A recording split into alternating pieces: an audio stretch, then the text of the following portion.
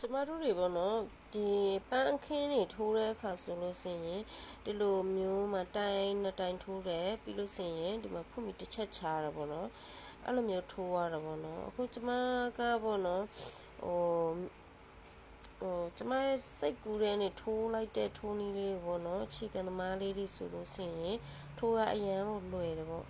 အဲ့ဒါလေးတွေကိုထိုးပြပေးသွားမယ်နော်မဆိုရင်ဒီလိုမျိုးပေါ့နော်ဖုတ်မီဒီလိုမျိုးတစ်ချက်ထိုးရတဲ့အတွက်ဒီလိုမျိုးအပေါက်လေးတွေဖြစ်တယ်ပေါ့နော်မလှဘူးလားဆိုတော့လည်းမဟုတ်လှတယ်နော်အဲ့ဒါကိုကျမကပေါ့နော်ကိုစိတ်ကူထဲကနေပဲထိုးလိုက်တဲ့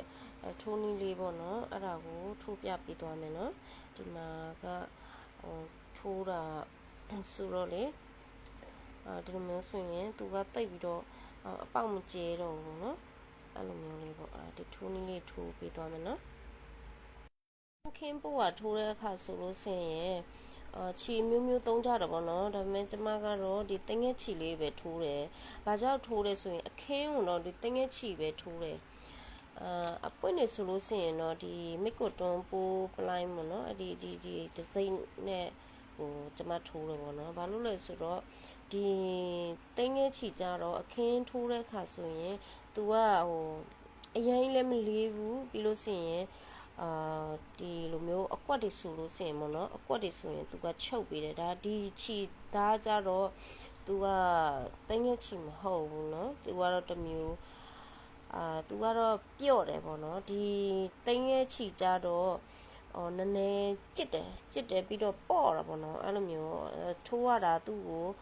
အဆင်ပြေတယ်ပေါ့အဲ့ဒါကြလို့ဒီတိုင်းရချီကိုသုံးတယ်เนาะတိုင်းရချီကိုသုံးပြီးတော့ထိုးတယ်အပွင့်နေကြတော့ဒီမိတ်ကိုတွန်းပေါ့နော်မိတ်ကိုတွန်းနဲ့ထိုးတယ်နော်သူ့ကိုစထိုးရမယ်ဆိုရင် green ရှင်လေးနဲ့စပြီးတော့ထိုးမယ်နော်ကျမကတော့သူ့ကို green ရှင်လေးနဲ့ထိုးတယ်အဲ့ဒါကြောင့်လို့ဒီပေါ့နော်ဟိုဒီ green ထဲမှာကိုတိုင်12တိုင်ထိုးမယ်နော်တတိုင်မှာဆိုရင်ဖုတ်မီတစ်ချက်ချပြီးတော့ထိုးမယ်ဘာကြောင့်လဲဆိုတော့သူဒီနေရာမှာပဲဖုတ်မီတစ်ချက်ချမယ်နော်ကျန်တဲ့နေရာမှာဆိုရင်ဖုတ်မီတစ်ချက်မသုံးတော့ဘူးเนาะဒီထဲမှာကို12တိုင်ကျမတို့ထိုးမယ်เนาะနှစ်ဒီလိုပုံစံလေးเนาะပြီးရင်ဖုတ်မီတစ်ချက်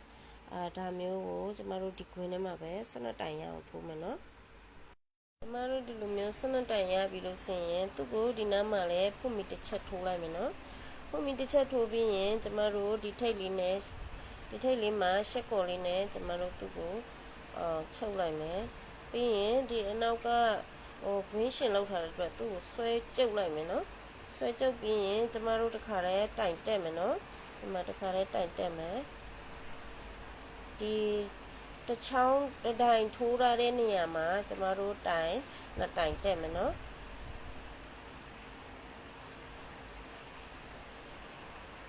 တိုင်နှစ်တိုင်တက်မယ်တိုင်နှစ်တိုင်ရပြီးရင်ခုနကကျမတို့ထိုးရတဲ့ဒီဖုတ်မီတစ်ချက်ချားရတဲ့နေရာမှာလေဖုတ်မီတစ်ချက်ချားတဲ့နေရာမှာကျမတို့တိုင်ထိုးမယ်နော်ဒီတိုင်ထိုးတာကတခါတည်းကျမတို့ဆွဲပြီးတော့တိုင်မထောင်နော်ဒီလိုမျိုးလုပ်မယ်ပြီးလို့ရှိရင်နောက်တစ်ချက်ထပ်ထိုးမယ်လိုမျိုးနှစ်ချက်ပေါ့နော်ဖုတ်မီတစ်ချက်ထိုးပြီးရင်ကျမတို့တခါတည်းသူ့ကိုအစစ်ချွတ်လိုက်မယ်နော်စုပြီးတော့ချွတ်လိုက်မယ်စုပြီးချွတ်ပြီးရင်ဒီလိုမျိုးလေးပေါ့ဒီလိုပုံစံမျိုးလေးပြီးလို့ရှိရင်တခါတည်းဒီဘက်ထိတ်တိုင်မှာနှစ်တိုင်ထပ်ထိုးမယ်နော်တိုင်နှစ်တိုင်ထပ်ထိုးမယ်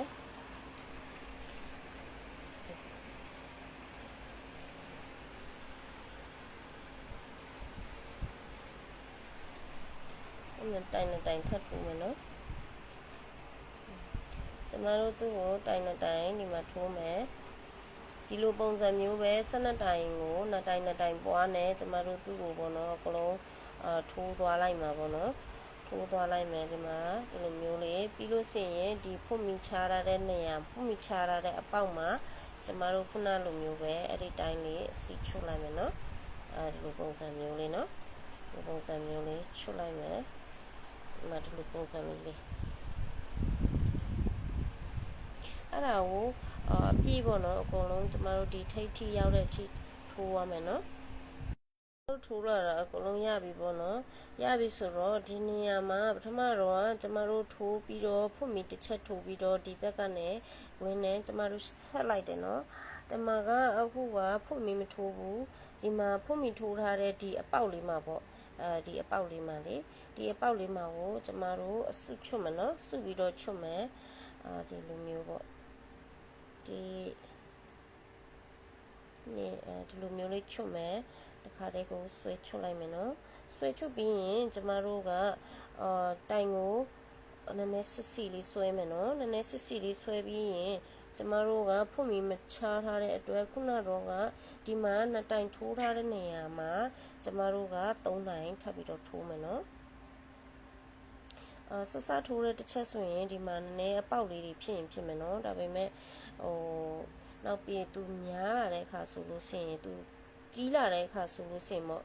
အခါဆိုလို့ရှိရင်မကျဲတော့ဘူးနော်အဲ့ဒါဒီမှာကိုကျမတို့ကတိုင်3တိုင်ထပ်ထိုးမယ်နော်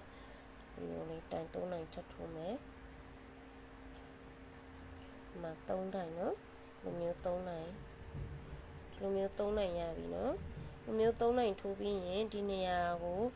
ဖွင့်ပြီးမထိုးဘဲနဲ့ကျမတို့ဒီလိုပဲစစ်စီလေးဆွဲပြီးတော့ခြေစားကိုစစ်စီလေးဆွဲပြီးတော့သူ့ရဲ့ထိတ်မှာနော်သူ့ရဲ့ဒီကျမတို့စုချွတ်ထားတဲ့ထိတ်မှာပဲသူကိုထိုးပြီးတော့အဲ့ဒီနေရာမှာနှစ်ချက်ထိုးပြီးတော့နှစ်ချက်ထိုးပြီးတော့တခါတည်းပြန်ပြီးတော့စုချွတ်လိုက်မယ်နော်ဒီလိုပုံစံမျိုးလေးပေါ့နော်ဒီမှာ3ချက်ဖြစ်သွားပြီဒီမှာကစုချွတ်တယ်အဲ့လိုမျိုးလေးနော်ဒါနောက်တော့ဒီမှာလည်းဒီလိုပဲခုနကတော့နှစ်တိုင်ထိုးရတဲ့နေရာမှာကျမတို့က3တိုင်ထိုးမယ်နော်ဒီထိတ်တိုင်လေးကိုတော့ကျမတို့ကမပွားဘူးနော်တစ်တိုင်တက်တယ်ခုနတော့ကဒီမှာနှစ်တိုင်မြောက်နေရာမှာဆိုလို့ရှိရင်ကျမတို့3တိုင်ထိုးမယ်နော်3တိုင်မဟုတ်ပါဘူး sorry နှစ်တိုင်မှာနော်ဒီမှာဒီလိုမျိုးလေးပေါ့ထိတ်တိုင်လေးမှာကျမတို့ကသူ့ကို3တိုင်ဖြစ်သွားပြီနော်ဒီမှာ3တိုင်အဲ့လိုမျိုးလေးပဲဒီနေရာမှာကိုထိတ်လေးမှာနော်ဒီအစုချွတ်ထားတဲ့တိုင်ရဲ့ထိတ်လေးမှာကိုပဲကျမတို့ထိုးရမယ်နော်တက်တက်လေးပေါ့သူ့ရဲ့ထိတ်လေးမှာထိုးလို့ရတဲ့နေရာလေးရှိတယ်နော်အဲ့လိုမျိုးလေးနော်ဒီလိုမျိုးလေးကွင်းလိုက်မယ်သူ့ကိုအဲ့ဒီကွင်းတဲ့နေရာဒီနေရာလေးမှာပေါ့အဲ့နေရာကိုကျမတို့အစုချွတ်လို့ရတယ်နော်အမှ3နိုင်ပြီးရင်အစုတစ်ချက်3နိုင်ပြီးရင်စုတစ်ချက်အဲ့လိုမျိုးလေးနဲ့ကျမတို့ပတ်လေထိုးလာခဲ့မယ်နော်ကျမတို့ပေါ့နော်ထိုးလို့ဆိုလို့ဆင်းရင်တတိထားရမယ့်အချက်လေးကတော့ပေါ့နော်ကျမတို့ပထမတော့ဆိုရင်တစ်တိုင်ပြီးရင်နှစ်တိုင်ပွားတယ်အဲ့လိုမျိုးပေါ့နော်နှစ်တိုင်ပွားလို့ဆိုလို့ဆင်းရင်ပေါ့နော်နှစ်တိုင်3တိုင်4တိုင်5တိုင်6တိုင်အမကိုလိုသလောက်အတိုင်နေရပါတယ်ဆိုလို့ဆင်းရင်သူ့ကိုဒီဘက်တိုင်ရပွားရတဲ့အတွက်ပေါ့နော်အခုဆိုရင်ဒီနှစ်တိုင်မှာဆိုရင်ဒီနေရာတွေကျတော့တိုင်ဘလောက်ပဲဖြစ်ဖြစ်ထိုးလာပေါ့နော်တိုင်ပွားမယ်ဆိုရင်ဒီဘက်နောက်ဆုံးတိုင်လေးမှာပဲမမေ့နဲ့ပေါ့နော်အမြဲတမ်းတိုင်ပွားပေးပါပေါ့နော်သူကအရေးကြီးတယ်အဲ့နေရာမှာရောက်လို့ရှိရင်သူ့ကိုတိုင်ပွားပေးပါပေါ့နော်ဟိုမှာကိုက9တိုင်ရောက်လို့ဆိုလို့ရှိရင်လည်းအဲ့လိုမျိုးဘေးတောက်လေးမှာပဲတိုင်ပွားပြီးနော်ဒီမှာဆိုရင်ဒီမှာတစ်ချက်ဒီမှာဆိုရင်ဒီတိုင်ထိတ်လေးမှာပဲနှစ်တိုင်ထပ်ပြီးတော့ပွားလိုက်တယ်နော်ဒီလိုမျိုးပဲပေါ့ကျမတို့ပွားနေပြီးလို့ရှိရင်ဒီဆွတ်ချွတ်မဲ့နေရာလေးမှာဆိုလို့ရှိရင်လည်းခြေစားလေးကိုတော့နည်းနည်းစစ်စစ်ဆွဲပြီးနော်ခြေစားလေးကိုနည်းနည်းစစ်စစ်ဆွဲပြီးပြီးရင်ကြက်လေးကင်မနော်ဒါမှအပေါက်ကြီးလိုက်ရင်သူကအပေါက်နည်းနည်းကျဲသွားတတ်တယ်အဲ့ဒါကြောင့်လို့ကိုကနည်းနည်းကျုပ်လေးဆွဲမယ်ဆိုလို့ရှိရင်ပို့ပြီးတော့အဆင်ပြေတယ်နော်ဒီလိုမျိုးလေးအစုချွတ်လိုက်မယ်နော်စုချွတ်ပြီးတော့ဒီလိုမျိုးပဲပြန်ပြီးတော့ဒီမှာက3နိုင်ဖြစ်သွားတယ်ဆိုလို့ရှိရင်တစ်တိုင်ထိုးပြီးရင်ဒီနေရာရောက်ရင်နှစ်တိုင်ထိုးမယ်ပြီးရင်ဒီမှာအစုချွတ်မယ်နော်ဒီလိုပုံစံမျိုးလေးပဲကျမတို့ထိုးရမယ်ဆိုလို့ရှိရင်ကိုလိုချင်တဲ့တလောက်ကိုရောက်သွားလို့ဆိုလို့ရှိရင်အကွက်ပေါ်လာမယ်နော်အကွက်ပေါ်လာမယ်ကျမပြပေးမယ်နော်ဒီလိုပုံစံမျိုးလေးပေါ့ဒီလိုပုံစံမျိုးလေးအကွက်ပေါ်လာမယ်နော်ဒီလိုပုံစံမျိုးလေးအကွက်ပေါ်လာမယ် အဲ့ဒါကြောင့်ဒီမှာကထိုးလာတယ်ဆိုရင်ဒီဒါကအစုချွတ်ထားတဲ့တိုင်လေးတွေနော်ဒါလေးတွေကအစုချွတ်ထားတဲ့တိုင်လေးတွေသူကများလာတဲ့ခါကြလို့ရှိရင်အကွက်ပေါ်တယ်နဲသေးတယ်ဆိုလို့ရှိရင်တော့ကိုအကွက်မတွေ့ရသေးဘူးပေါ့နော်အဲ့လိုမျိုးလူတလောက်ထိုးလာပါပေါ့နော်တကယ်လို့ဒီနေရာမှာကိုကကြက်ကြက်လေးဆွဲလို့ရှိရင်ပိုကောင်းတယ်နော်သူအပေါက်မဖြစ်ဘူးလေအဲ့ဒါကြောင့်ထိုးကြည့်ပါပေါ့နော်အားလုံးကိုကျေးဇူးတင်ပါတယ်ဒီလိုမျိုးလေးပေါ့နော်ကိုကဒီလိုအပေါက်ကလေးတွေပါတာကိုမကြိုက်ဘူးဒီလိုမျိုးလေးတွေပဲလို့ချင်တယ်ဆိုလို့ရှိရင်ဒါကတော့ပေါ့နော်အလွယ်ဆုံးနဲ့အယူရှင်းဆုံးလေးကိုပဲထိုးပြပေးသွားတာပေါ့နော်အဲ့ဒါကြောင့်လို့လိုက်ပြီးတော့ထိုးကြည့်ပါပေါ့နော်လိုက်ပြီးတော့ထိုးကြည့်ပါပေါ့နော်အားလုံးပဲစင်ကြပါစေနော်အားလုံးပဲမင်္ဂလာပါရှင်ဒီနေ့တော့ဒီအခင်းပဝါလေးပေါ့နော်ပန်းအခင်းပဝါလေးကိုထိုးလို့ပြီးသွားပြီနော်ထိုးလို့ပြီးသွားပြီကိုအခုသူ့ကိုဘေးအနာကွတ်တောက်ကိုပေါ့နော်တဲလေးတို့လေးတွေလည်းအခြေခံသမားတွေအတွက်ပေါ့နော်ထိုးလို့အဆင်ပြေအောင်လို့ထိုးပြပေးသွားမယ်နော်ဒီပန်းပွင့်ကထိုးရတာတိုင်းလည်းမခက်ဘူးပေါ့နော်ပြီးတော့ဒီအထက်ဆိုလို့ရှိရင်တိုင်းငယ်ချီကို8လုံးကွက်တီပေါ့နော်ထိုးထားတယ်ဒီပြီးတော့ဒီဘေးနာကုမာကိုတော့ဒီလိုမျိုးစိမ်းအောင်ဒီ line လေးပေါ့ဒီ line လေးကိုသုံးတယ်အစိမ်းကြီးရင်ကိုမသုံးနော်ဒီအယောင်လေးနဲ့သုံးထားတယ်ဒီမှာတိုင်းငယ်ချီလေးပေါ့ဒီတိုင်းငယ်ချီလေးသုံးထားတာပြီးလို့ရှိရင်အပွင့်ဝင်ကြတော့ဒီမိတ်ကွတ်တွန်းပိုပလိုင်းနဲ့ထိုးမယ်နော်ဒီမိတ်ကွတ်တွန်းကြတော့သူကခြီသားလေးတွေအီလေးတွေခြီသားလေးတွေအီတွေကအယုတ်တို့ပန်းပွင့်တို့ထိုးရင်အရန်ကိုလှတယ်အဲ့ကြောင့်လို့ထိုးပြပေးတော့မယ်နော်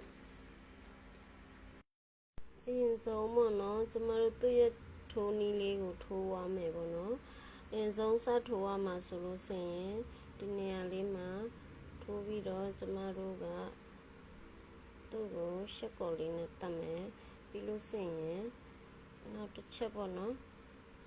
နောက်တစ်ချက်တတ်လိုက်မယ်မခိုင်မှကြောက်လို့ပြီးရင်ကျမတို့ဖွမီ၄ချက်ထိုးမယ်နော်ဖွမီ၄ချက်ထိုးမယ်ဒီနဲ့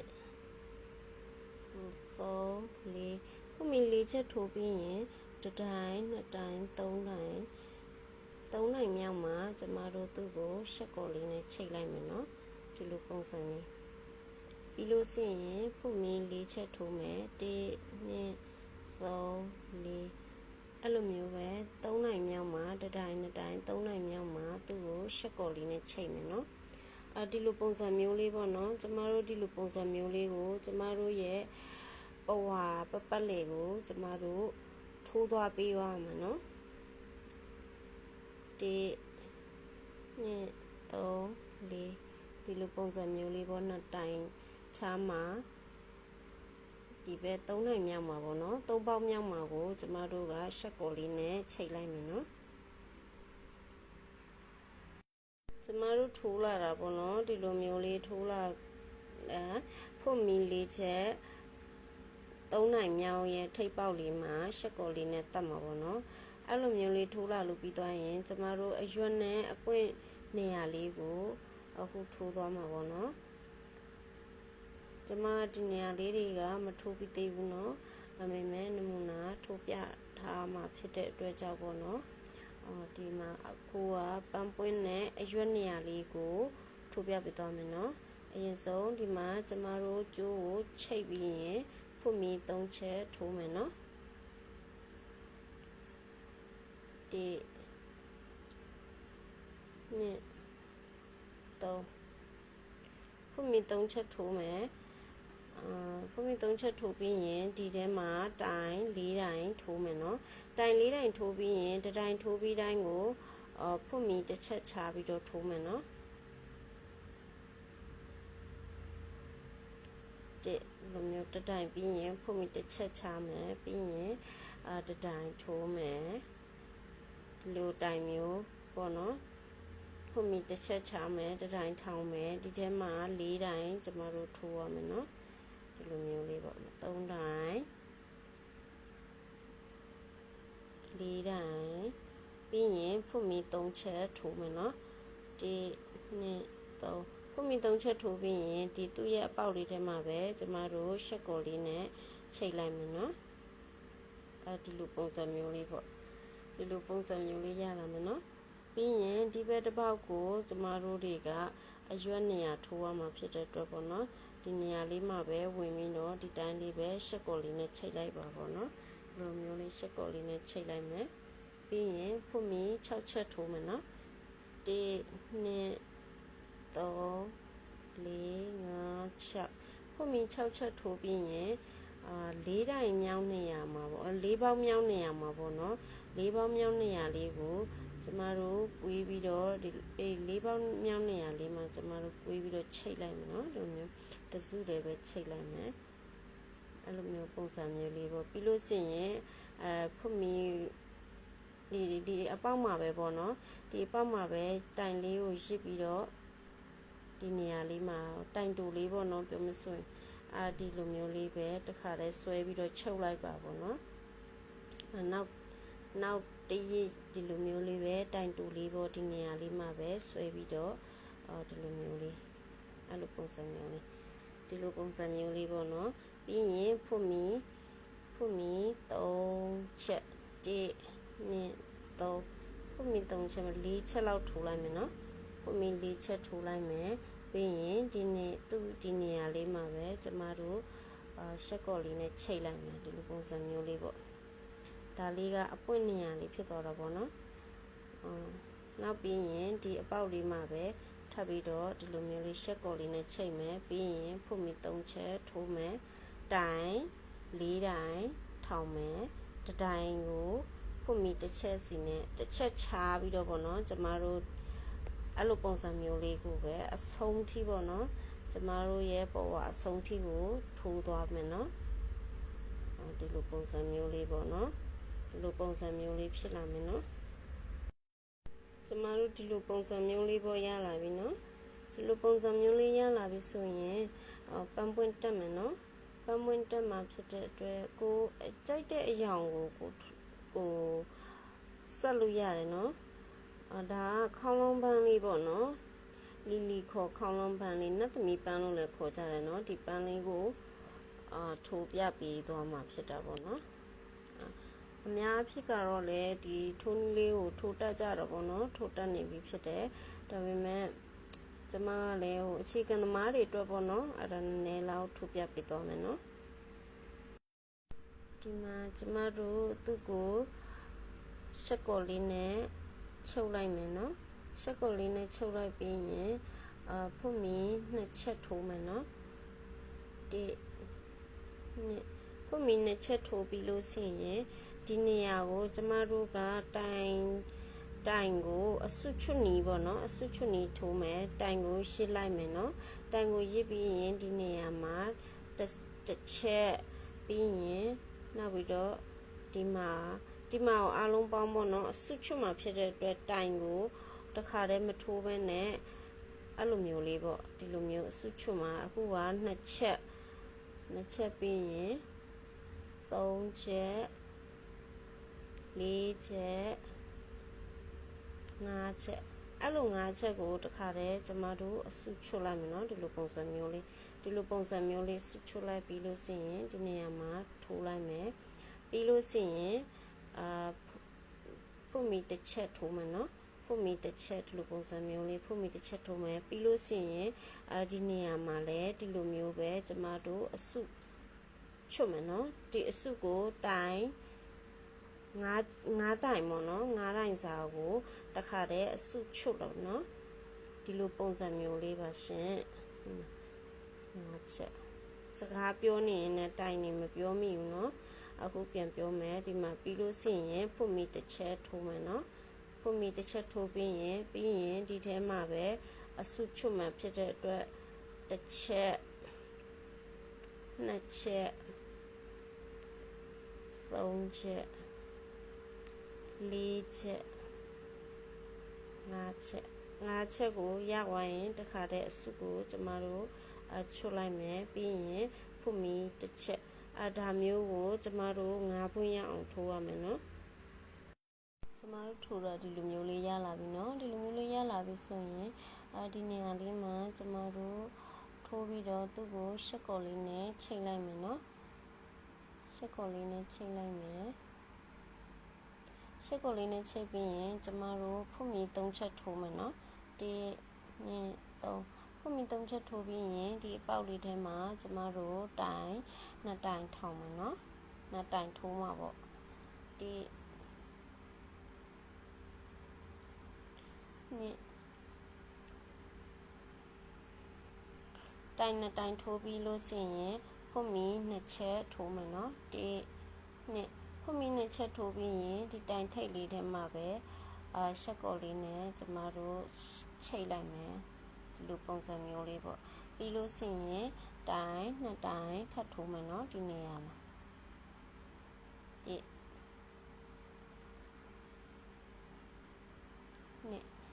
ဒီလိုပုံစံမျိုးလေးပေါ့တိုင်2တိုင်ထိုးပြီးလို့ရှိရင်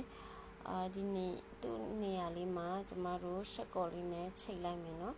ဒီလိုပုံစံမျိုးလေးရှက်ကော်လေးနဲ့ချိတ်လိုက်မယ်ပြီးလို့ရှိရင်ဖုမီ3ချက်ထပ်ထိုးမယ်နော်1 2 3ဖုမီ3ချက်ထိုးပြီးရင်ဒီအပေါက်လေးထဲမှာပဲခုနလိုမျိုးပဲတိုင်2တိုင်ထောင်မယ်တိုင်2တိုင်ထောင်မယ်ပြီးရင်ဖုမီ2ချက်ထိုးမယ်နော်1 2တိုင်2တိုင်ထောင်ပြီးရင်ဖုမီ2ချက်ထိုးပြီးရင်ဒီထိပ်ပေါက်လေးထဲမှာပဲကျမတို့ရှက်ကော်လေးနဲ့ဒီလိုမျိုးလေးပဲချိတ်လိုက်မယ်နော်ဒီလိုပုံစံမျိုးလေးပေါ့ဒီလိုပုံစံမျိုးလေးထိုးမယ်ဒီမှာပြီးလို့ရှိရင်တိုင်2တိုင်ထပ်ထိုးရမှာနော်1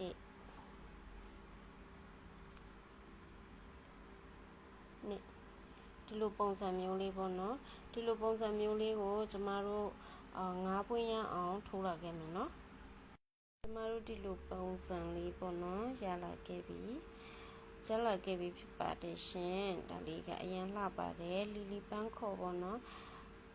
လီလီပန်းလို့လည်းခေါ်ကြတယ်ပေါ့နော်ဒါပေမဲ့အများအဖြစ်တော့ခေါင်းလုံးပန်းလို့လည်းခေါ်တယ်သူကနာမည်နည်းနည်းတော့များတယ်ရှင်လှလေအရင်လှတယ်အဖြူအောင်လေးဆိုလို့ရှင်လည်းအရင်လှတယ်သူကဘာရောင်ပဲဖြစ်ဖြစ်အရင်လှတယ်ဒီလိုမျိုးလေးပေါ့ဒါကညဘက်ဖြစ်တော့လေပန်းရောင်လေးကတိတ်မပေါ်ဘူးသူကပန်းအရင်လည်းမဟုတ်ဘူးပန်းအနုလေးပေါ့နော်ဒါကြတော့လေသူနဲ့တွဲပြီးတော့ထိုးထားတဲ့အတွက်ကြောင့်ပေါ့နော်ဒါကလည်းပန်း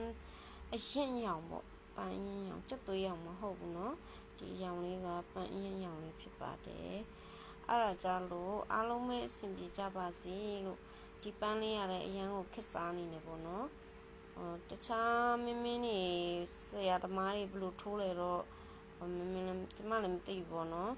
ကျမကတော့ဒီပုံစံလေးကိုဒီတိုင်းလေးထိုးတယ်